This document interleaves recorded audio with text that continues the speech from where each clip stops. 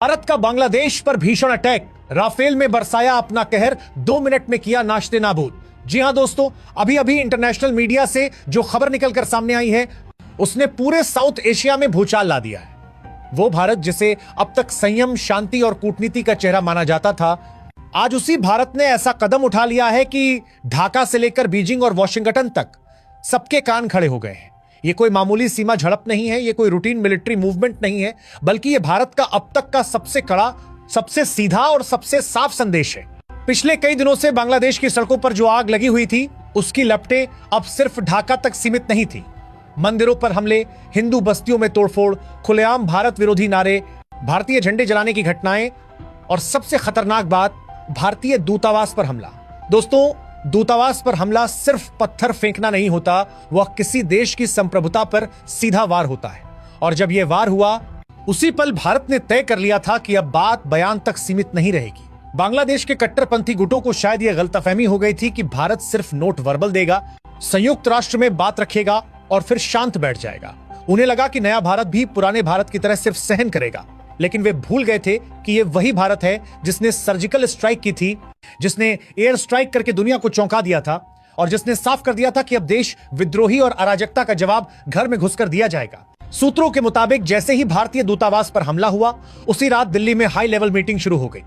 सेना, वायुसेना, नौसेना, खुफिया एजेंसियां और सरकार सब एक टेबल पर थे। मैसेज साफ था, अब और इंतजार नहीं। और यहीं से शुरू होती है इस कहानी का वो हिस्सा जिसने बांग्लादेश को हिलाकर रख दिया। सबसे पहले भारत ने डिप्लोमेटिक चैनलों के जरिए सख्त चेतावनी दी। साफ कहा गया कि अगर हिंदुओं पर हमले नहीं रुके, अगर दूतावास की सुरक्षा सुनिश्चित नहीं की गई, तो भारत अपने हितों की रक्षा के लिए हर विकल्प इस्तेमाल करेगा। लेकिन ढाका की तरफ से या तो चुप्पी रही या फिर आधे अधूरे बयान, और यही चुप्पी भारत के लिए आखिरी संकेत थी। इसके बाद जो हुआ वो बांग्लादेश ने कभी सपने में भी नहीं सोचा था। भारत ने अपनी सबसे एडवांस्ड एयर पावर को एक्टिव मोड में डाल दिया। राफेल फाइटर जेट्स, जो अब तक सिर्फ अभ्यास और स्ट्रेटेजिक डिटरेंस का हिस्सा माने जाते थे, उन्हें पूरी तरह तैयार कर दिया गया। एयरबेस पर हलचल तेज हो गई, पायलट्स को अलर्ट किया गया, हथियार सिस्टम चेक हुए और मिनटों में सब कुछ रेडी था। दोस्तों, यहां समझना जरूरी है कि राफेल कोई साधारण फाइटर जेट नहीं है। यह सिर्फ एक विमान नहीं, बल्कि चलता फिरता वार सिस्टम है। इसकी रडार रेंज, इसकी मिसाइल कैपेबिलिटी और इसकी इलेक्ट्रॉनिक वॉरफेयर क्षमता इतनी घातक है कि दुश्मन को पता भी नहीं चलता और खेल खत्म हो जाता है। सूत्र बताते हैं कि जैसे ही ऑपरेशन को हरी झंडी मिली, राफेल जेट्स ने सीमित लेकिन बेहद सटीक एक्शन लिया। यह कोई फुल स्केल वॉर नहीं था, बल्कि एक कंट्रोल्ड, हाई इंपैक्ट और बेहद शॉर्ट ऑपरेशन था। सिर्फ 2 मिनट का एक्शन, लेकिन उसका असर ऐसा कि बांग्लादेश की मिलिट्री और पॉलिटिकल लॉबी के होश उड़ गए। भारत ने साफ संदेश दिया कि यह ट्रेलर है, पूरी फिल्म नहीं। और इस ट्रेलर में ही बांग्लादेश समझ गया कि अगर हालात और बिगड़े तो अंजाम कितना खतरनाक हो सकता है।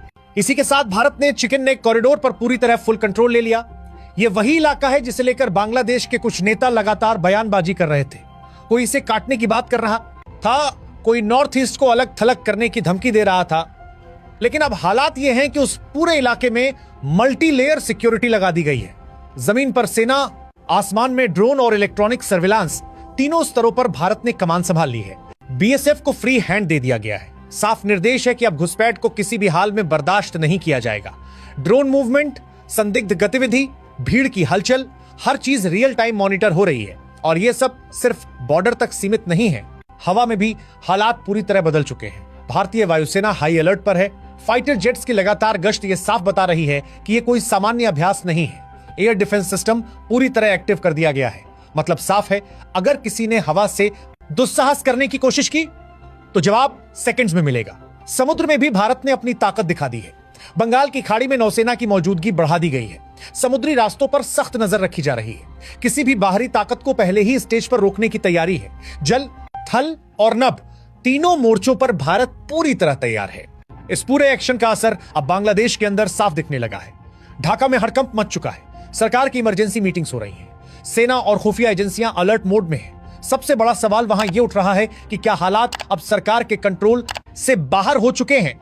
और इसी बीच एक और बड़ा मोड़ आता है। बांग्लादेश की पूर्व प्रधानमंत्री शेख हसीना अचानक चर्चा के केंद्र में आ जाती हैं। अब तक जो शेख हसीना चुप थीं, अब उन्होंने खुलकर बोलना शुरू कर दिया है और उनके बयान ने आग में घी डालने का काम कर दिया है। शेख हसीना ने साफ कहा कि बांग्लादेश में जो कुछ हो रहा है वह कोई स्पॉन्टेनियस आंदोलन नहीं है, ये पूरी तरह से कट्टरपंथी ताकतों की साजिश है। हिंदुओं पर हमले, मंदिरों को जलाना, भारत विरोधी नारे, ये सब एक प्लान का हिस्सा है। और उन्होंने यह भी कहा कि मौजूदा सरकार इसे रोकने में पूरी तरह नाकाम साबित हुई है। उनके इस बयान के बाद मोहम्मद यूनुस की सरकार पर सवालों की बाढ़ आ गई है। जो सरकार खुद को सुधारवादी और अंतरिम बता रही थी, वही सरकार अब बेबस नजर आने लगी है। कई इलाकों में प्रशासन नाम की कोई चीज नहीं बची है। और जब किसी देश में सरकार और सिस्टम दोनों कमजोर पड़ने लगे तो हालात बहुत तेजी से बिगड़ते हैं। भारत ये सब बहुत पहले समझ चुका था। यही वजह है कि भारत का एक्शन भावनात्मक नहीं बल्कि पूरी तरह रणनीतिक है। महीनों की इंटेलिजेंस रिपोर्ट्स, ग्राउंड इनपुट्स और स्ट्रेटेजिक एनालिसिस के बाद यह फैसला लिया गया है। नॉर्थ ईस्ट के हर संवेदनशील सेक्टर को फुल ऑपरेशनल कंट्रोल में ले लिया गया है। असम, त्रिपुरा, मेघालय, मिजोरम, हर जगह हाई अलर्ट है। सिलीगुड़ी कॉरिडोर अब भारत के सबसे ज्यादा मॉनिटर किए जाने वाले इलाकों में शामिल हो चुका है। साफ कर दिया गया है कि अब किसी भी उकसावे को सीधा सुरक्षा खतरा माना जाएगा। बांग्लादेश की अर्थव्यवस्था पर भी इसका असर दिखने लगा है। विदेशी निवेशक डरे हुए हैं। व्यापार और टूरिज्म पर दबाव बढ़ रहा है। इंटरनेशनल मीडिया में सवाल उठ रहे हैं कि आखिर बांग्लादेश अपने देश में अल्पसंख्यकों की सुरक्षा क्यों नहीं कर पा रहा। दोस्तों, यहां से कहानी सिर्फ बांग्लादेश तक सीमित नहीं रहती। इसके तार बड़ी ताकतों से भी जुड़ते हैं। खुफिया इनपुट्स बताते हैं कि इस हिंसा के पीछे सिर्फ स्थानीय गुट नहीं है। इसके पीछे संगठित नेटवर्क, बाहरी समर्थन और बड़ी रणनीति काम कर रही है। कुछ ताकतें चाहती हैं कि भारत का नॉर्थ ईस्ट अस्थिर रहे, लेकिन भारत ने इस गेम को समय रहते समझ लिया। यहीं से कहानी उस मोड़ पर पहुंचती है जहां मामला सिर्फ बॉर्डर, सिर्फ बांग्लादेश या सिर्फ हिंदुओं पर हो रहे हमलों तक सीमित नहीं रहता, बल्कि पूरी दुनिया के पावर बैलेंस की दिशा बदलने लगता है। क्योंकि जिस वक्त बांग्लादेश के भीतर अफरा तफरी मची हुई थी, ठीक उसी वक्त एक ऐसी रिपोर्ट सामने आई जिसने भारत की ताकत पर आखिरी मुहर लगा दी। दोस्तों, अब तक हम और आप अक्सर चाय की दुकानों, सोशल मीडिया और टीवी डिबेट्स में यही सुनते आए थे कि भारत उभरती हुई शक्ति है, भविष्य की ताकत है। लेकिन आज का नहीं बल्कि कल का सुपर पावर है। कई बार तो ऐसा लगता था कि दुनिया जानबूझकर भारत को एक कदम पीछे ही रखती है, मानो भारत की तारीफ भी होगी लेकिन पूरी नहीं। लेकिन अब वो दौर खत्म हो चुका है। ऑस्ट्रेलिया के सिडनी से आई एक रिपोर्ट ने पूरी दुनिया की सोच हिला दी। ये कोई यूट्यूब चैनल की राय नहीं थी, ना ही किसी देश का प्रोपेगेंडा।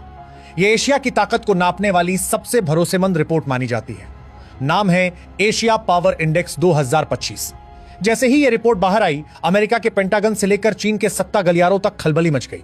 इस रिपोर्ट ने साफ साफ कहा कि भारत अब मिडिल पावर नहीं रहा, अब भारत एशिया की मेजर पावर बन चुका है।